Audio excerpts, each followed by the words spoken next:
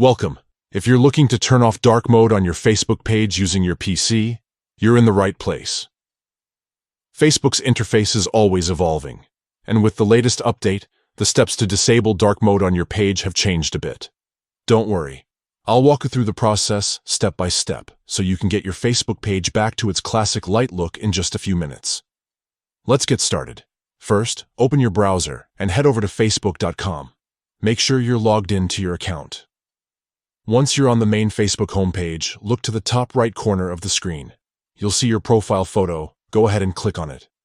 Now, from the drop-down menu, select the page you want to manage. Once you're viewing your page, you'll notice the page's profile photo at the top. Click on the page profile photo to access the page's settings. Next, look for the option labeled Settings and Privacy.